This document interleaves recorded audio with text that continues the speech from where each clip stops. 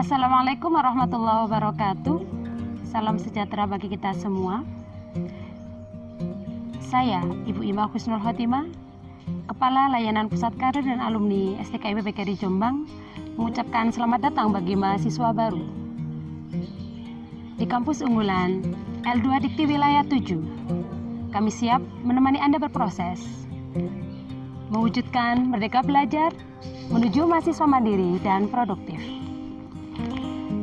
Baik, dalam kesempatan hari ini saya akan membicarakan tentang salah satu program Belmawa yang dapat mengasah kemampuan soft skill mahasiswa, yakni pada program KPMI. Apa itu program KPMI? Program KPMI dimulai pada tahun 2017 sampai sekarang. Program KPMI dimulai dari tahun 2017 sampai 2019. Nama awalnya adalah Kompetisi Bisnis Mahasiswa Indonesia. Kemudian di tahun ini KPMI memiliki perubahan nama dari Kompetisi Bisnis Mahasiswa Indonesia berubah menjadi Kegiatan Bisnis Manajemen Mahasiswa Indonesia. Hal-hal yang melatar belakangi kegiatan ini adalah mahasiswa menjadi bagian dari sumber daya manusia yang dapat menjadi tulang punggung pembangunan. Melalui kemandirian ekonomi bangsa, mahasiswa juga merupakan bagian dari generasi milenial Indonesia. Berdasarkan panduan Merdeka Belajar Kampus Merdeka tahun 2020 yang mengutip riset dari IDN Research Institute tahun 2019, yakni terdapat 69,1% milenial di Indonesia memiliki minat untuk berwirausaha. Minat dan potensi wirausaha generasi milenial yang besar ini perlu didukung dan difasilitasi melalui tata kelola pendidikan tinggi yang mendukung program kewirausahaan mahasiswa di perguruan tinggi. Pentingnya program mahasiswa berwirausaha di perguruan tinggi telah disadari oleh pemerintah dan diwujudkan melalui kebijakan Merdeka Belajar Kampus Merdeka yang mendorong pengembangan minat wirausaha mahasiswa dengan program kegiatan. Perlu program dan aksi lebih lanjut agar kebijakan tersebut dapat diimplementasikan sebagai bagian dari kegiatan pembelajaran di perguruan tinggi.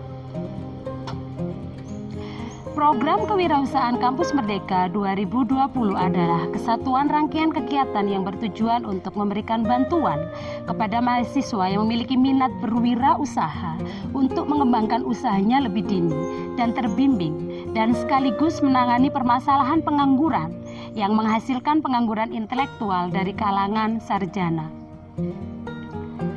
Luar biasa bukan tujuan pemerintah di program ini? Maka beberapa hal tujuan pada program KPMI yang saya kutip di panduan KPMI 2020 adalah: 1. Menumbuhkan karakter wirausaha muda. Yang kedua, menumbuh kembangkan wirausaha baru kreatif yang inovatif berbasis iptek. Yang ketiga, membantu mahasiswa dalam menentukan keunikan bisnis berbasis teknologi dengan menemukan celah pasar yang tepat untuk meningkatkan peluang keberhasilan bisnis. Kemudian untuk ruang lingkup kegiatan KPMI dititikberatkan pada orientasi pengembangan, proses, dan hasil usaha atau lebih dikenal dengan profit. Dalam pengajuan KPMI terdapat beberapa tahapan. Yang pertama ada pengusulan proposal, kemudian dilanjutkan dengan penetapan penerima hibah KPMI. Setelah ditetapkan untuk diterima dan lolos didanai, maka ada pendampingan wirausaha. Kemudian diakhiri dengan monitoring dan evaluasi. Adapun luaran yang diharapkan pada program ini adalah: 1. Omset usaha semakin besar. Yang kedua, market bisnis mahasiswa terus berkembang. Dan yang ketiga, berpotensi mendapatkan permodalan lain. Jadi diharapkan setelah mendapatkan dana KPMI, mahasiswa bisa mengakses modal-modal lain di luar. Adapun bentuk kegiatan KPMI, yang pertama, pemberian bantuan untuk pengembangan bisnis dari Direktorat Belmawa senilai 10 juta sampai dengan 20 juta rupiah. Angka yang luar biasa, 10 juta sampai 20 juta rupiah. Kemudian setelah diberikan dana, mereka juga dapat pendampingan bisnis mahasiswa berupa kegiatan PWMI. Jadi nanti selain didampingi oleh dosen pembimbing, mereka juga didampingi oleh praktisi. Kemudian siapa yang berhak mengusulkan? 1. Mahasiswa aktif di perguruan tinggi akademik di bawah naungan Direktorat Jenderal Pendidikan Tinggi Kemendikbud. Yang kedua, jumlah kelompok terdiri dari 3-5 mahasiswa yang terdaftar di PD Dikti. Jadi kegiatan ini tidak berbasis individu tetapi berbasis kelompok. Yang ketiga, mahasiswa pengusul dapat berasal dari satu atau beberapa prodi namun masih dalam satu perguruan tinggi. Jadi Anda bisa berkolaborasi dengan prodi-prodi lain. Yang paling penting poinnya minimal 3, kemudian yang paling banyak adalah 5. Yang keempat, mahasiswa hanya mendapat satu kesempatan mengusulkan baik sebagai ketua atau anggota. Dalam artian satu mahasiswa hanya ada satu judul proposal yang bisa diajukan. Yang kelima, setiap kelompok peserta yang mendaftar dalam PKMI 2020 harus disahkan oleh PT melalui SIM PKMI. Dalam hal ini, yang bertugas adalah unit kemahasiswaan dan alumni STKIP PGRI Jombang di PT kami. Kemudian selanjutnya memiliki bisnis yang telah berjalan minimal 6 bulan. Jadi siap-siap ya bagi mahasiswa baru yang sudah menjalankan usaha minimal 6 bulan, Anda bisa mengajukan program ini.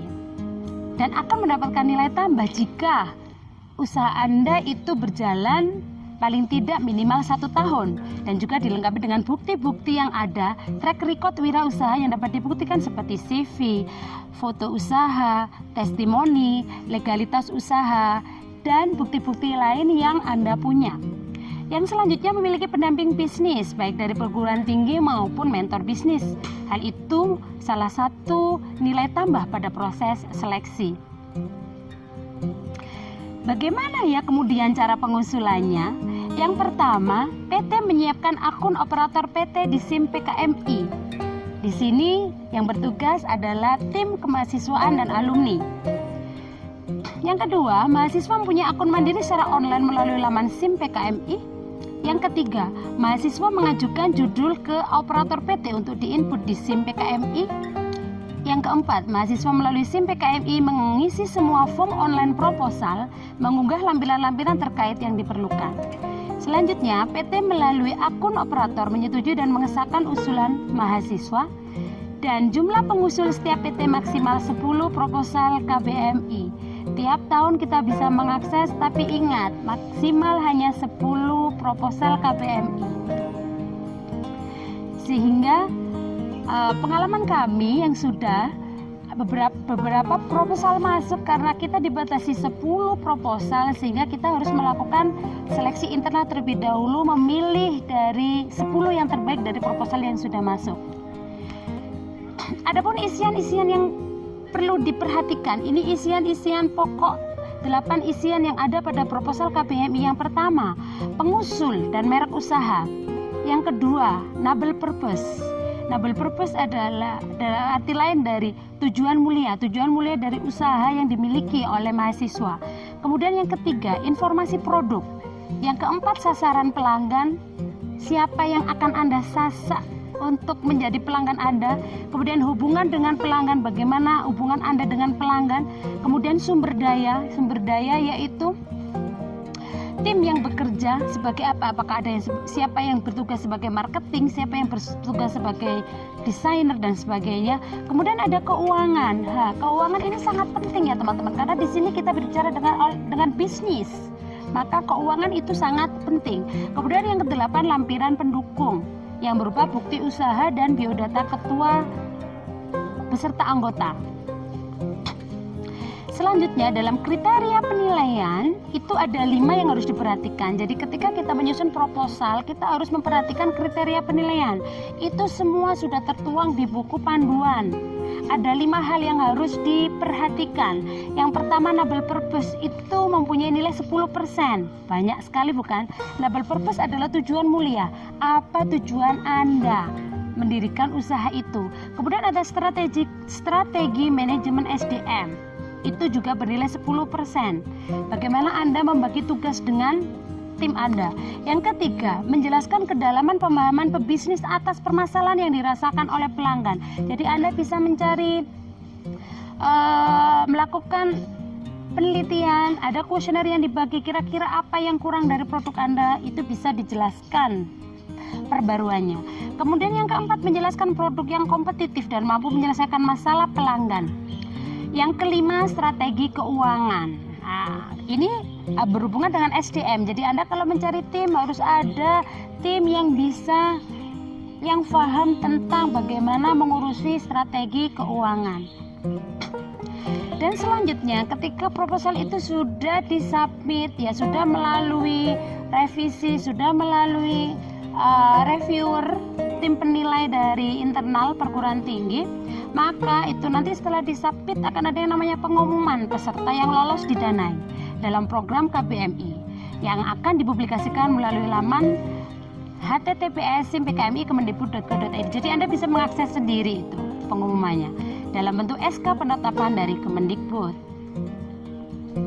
Untuk pencairan dana, ya, tahun ini sangat luar biasa. Di tahun-tahun sebelumnya pencairan dana itu dibagi menjadi 2 tahap.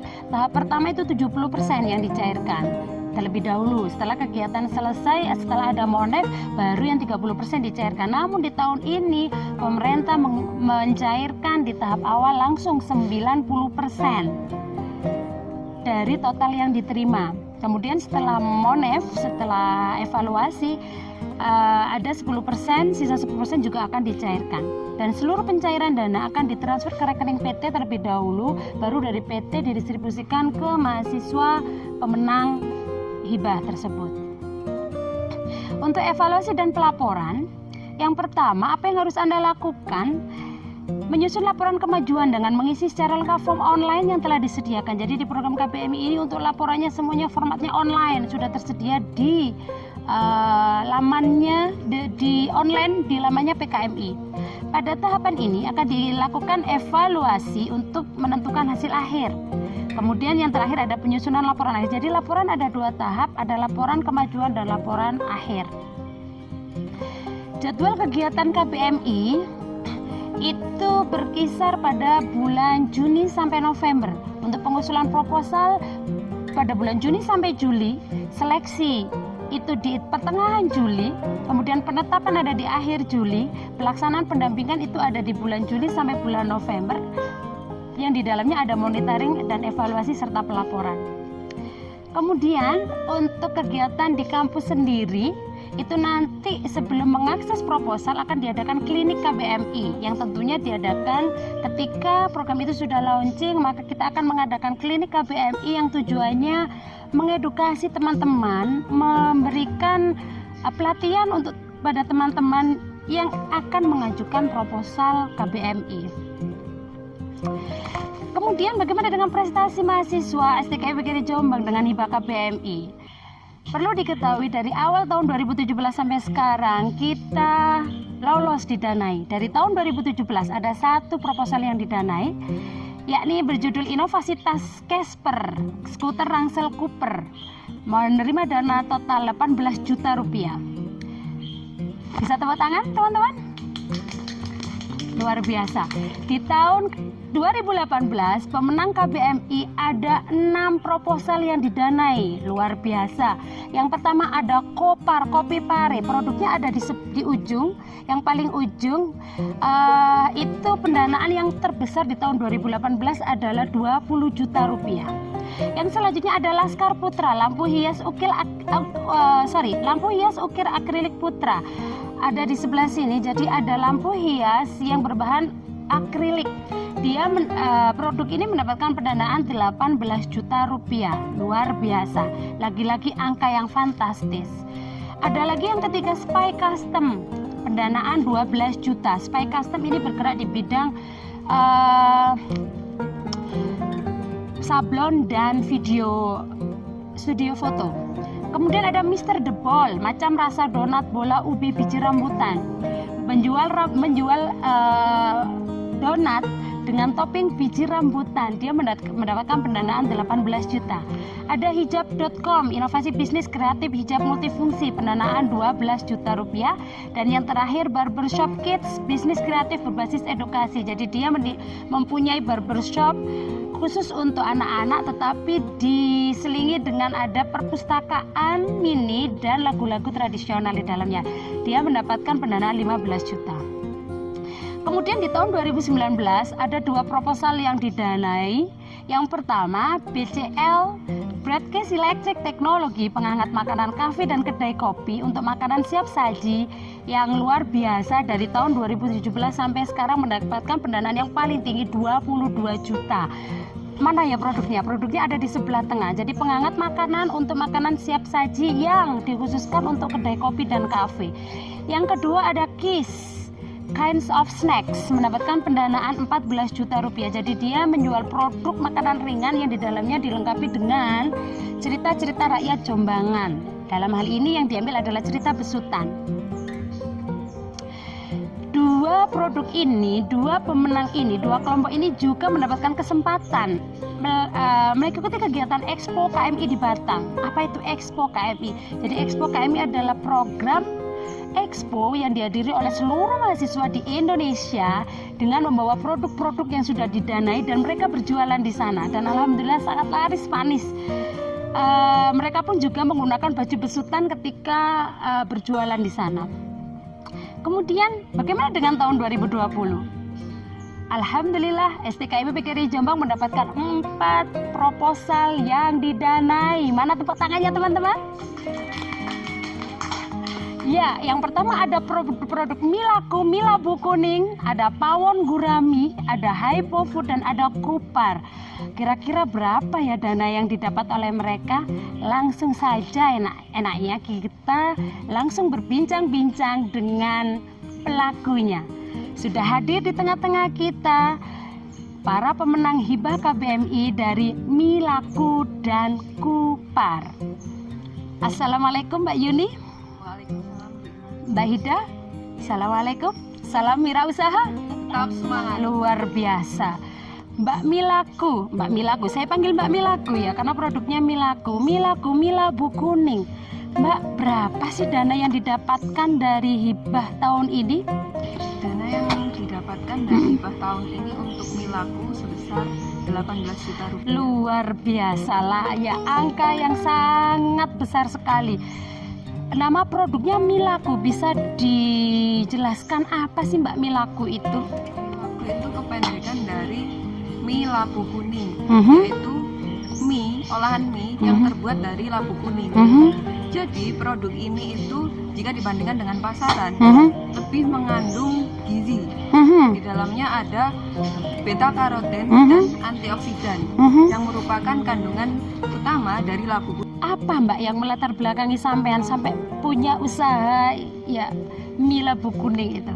Itu sendiri yang melatar belakangi saya, maksudnya kami membuat Milaku ini adalah karena kami ingin menyediakan sebuah produk olahan mie yang sehat di kawasan Jombang ini. Wow, ya mie labu kuning, saya baru dengar ini ya, mie dari labu. Boleh lihat contoh produknya Mbak Yuni? Oke, ini ada produk apa ini, yang ada 2 produk ya? Ini yang apa? Coba bisa dijelaskan?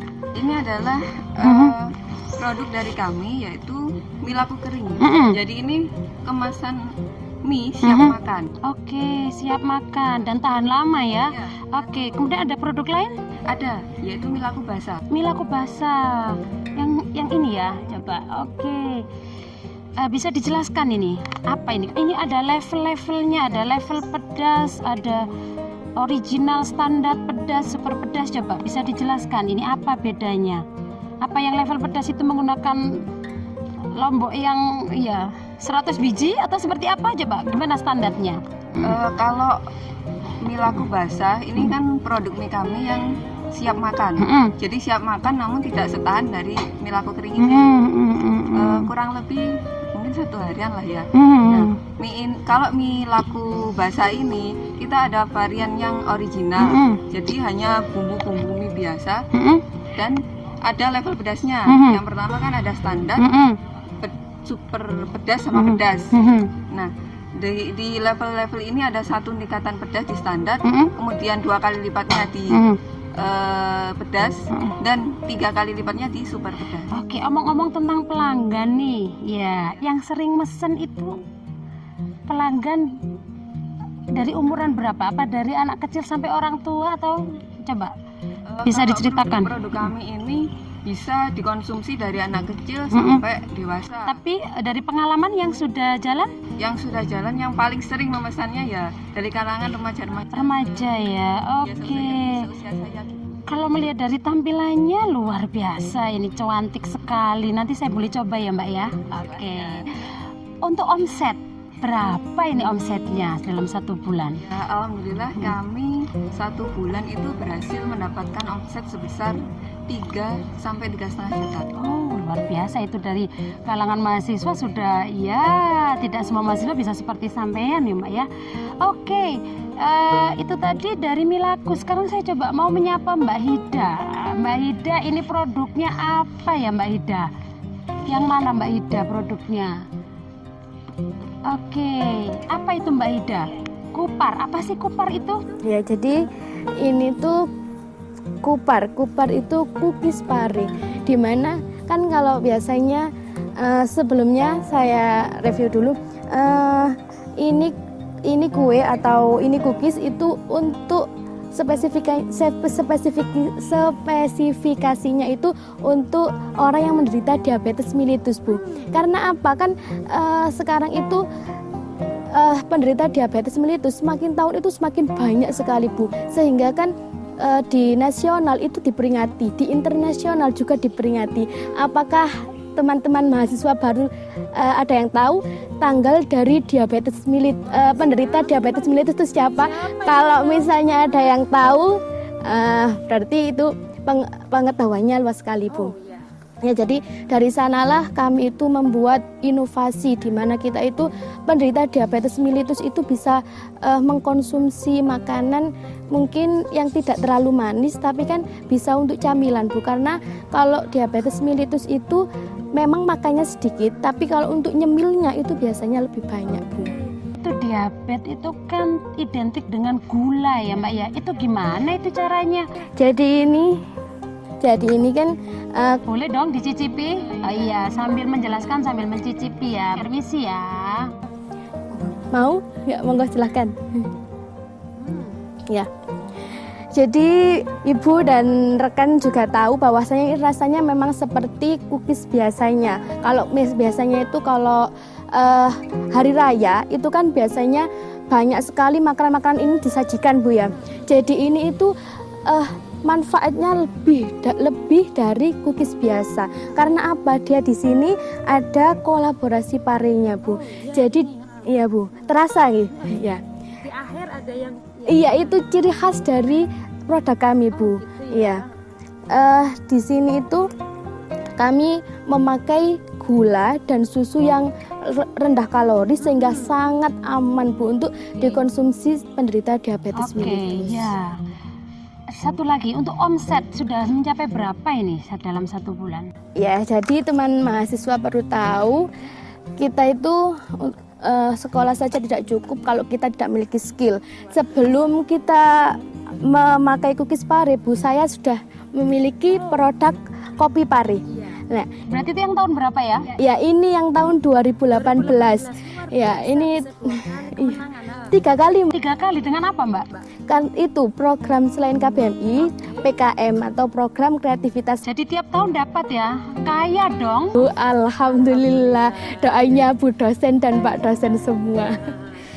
Jadi untuk teman mahasiswa perlu tahu, meskipun ini kopi pare ini, meskipun kalian semua mungkin sudah kenal mungkin dengan kopi-kopi yang dikolaborasi dengan teh, terus kemudian kolaborasi dengan cappuccino, dan ini kolaborasi dengan pare, Bu. Jadi ini di tahun 2018 itu sudah didanai sebesar 20 juta, Bu. Ya. Terus kemudian di 2019 lagi-lagi didanai sebesar 10 juta kembali 1.000 rupiah. Iya. Terus kemudian dari sini kita itu waktu di 2019 itu kami memberdayakan masyarakat, Bu. Jadi kan ini tuh program PKM dari pengabdian masyarakat. Kami tuh memanfaatkan masyarakat daerah Mojokerto atau lebih tepatnya itu di Balongwono Trowulan, Bu. Jadi kita bekerja sama dengan masyarakat, mengajari mulai dari menanam pare itu yang tepat itu bagaimana, terus kemudian mengolah sampai menjadi kopi pare dan siap memasarkan. Luar biasa sekali. Oke, Mbak Hida ini selain bergerak di bidang wirausaha juga di bidang pengabdian kepada masyarakat ya, mengedukasi masyarakat apa itu pentingnya pare sampai belajar membuat kopi pare. Harapannya kan biar ada peluang usaha untuk masyarakat yang sudah diedukasi. Luar biasa. Mahasiswa baru STKIP PGRI Jombang, kita tidak perlu hanya butuh hard skill ya dalam hidup ya. Soft skill itu sangat penting sekali. 80% soft skill, 20% hard skill, begitu ya Mbak Ida. Ini yang sudah membuktikan bahwasanya soft skill itu sangat penting. Dari tahun ke tahun mendapatkan hibah. Satu lagi ini Mbak Yuni itu juga memenangkan program yang lain hibah juga. Sebesar berapa Mbak? 3 juta rupiah dari menulis ya. Luar biasa. Di akhir Mbak Yuni dan Mbak Hida mungkin bisa kasih ya pesan pada teman-teman mahasiswa baru kita. Silakan, siapa yang dulu? Mbak Hida dulu, silakan. Baik, teman-teman baru mahasiswa, kita itu belajar itu sukses itu tidak selalu berhasil dari sekolah atau PTS atau PTN yang kita ikuti. Maksudnya itu ketika kita sekolah di PTN, PTS itu tidak melulu dari background yang kita ikuti, Bu. Jadi kita itu harus mengembangkan soft skill. Selain hard skill, kita juga harus mengembangkan soft skill kita. Karena apa? Sekarang di dunia era sekarang itu tidak hanya IPK, Bu, yang dicari, Bu, tapi juga soft skill kita. Kemudian kita ada pepatah yang mengatakan bahwasanya Indonesia itu atau suatu negara itu bisa maju ketika kita memiliki banyak wirausaha, Bu. Kemudian kalau bukan kita, bukan kalian, bukan kami, siapa lagi yang akan menjadi wirausaha dan memajukan Indonesia menjadi negara yang tentram, negara yang maju, negara yang baik, kemudian negara yang bisa mengayomi masyarakatnya. Oke. Kemudian pesan dari Mbak Yuni untuk teman-teman baru, silakan. Ya, kalau dari saya, kita kalau usaha atau membuka bisnis, berwirausaha, jangan terlalu mengejar keuntungan atau uang saja. Kalau kita hanya mengejar itu, ya itu aja yang kita dapatkan. Tapi kalau kita usaha atau berbisnis dengan bertujuan untuk memberikan manfaat dan mengajak masyarakat di sekitar kita, maka dari usaha itu, dari bisnis itu, kita juga bisa memberikan manfaatnya atau masyarakat bisa merasakan manfaat dari apa yang kita lakukan. Oke, luar biasa. Kasih tepuk tangan yang meriah untuk Mbak Hida dan Mbak Yuni. Selanjutnya teman-teman baru yang akan bisa mengakses, gitu ya. Saya ucapkan terima kasih kepada Mbak Hida dan Mbak Yuni yang telah bersedia menemani saya di sini. Semoga apa yang sudah disampaikan oleh Mbak Yuni dan Mbak Hida tadi bisa bermanfaat bagi teman-teman semuanya. Kami dari kemahasiswaan dan alumni STKIP PGRI Jombang menunggu teman-teman mahasiswa baru tahun 2020 untuk bisa mengakses hibah program Belmawa yang bertujuan untuk mengasah soft skill kalian. Terima kasih, sekian dari saya. Assalamualaikum warahmatullahi wabarakatuh. Salam wirausaha. Tetap semangat.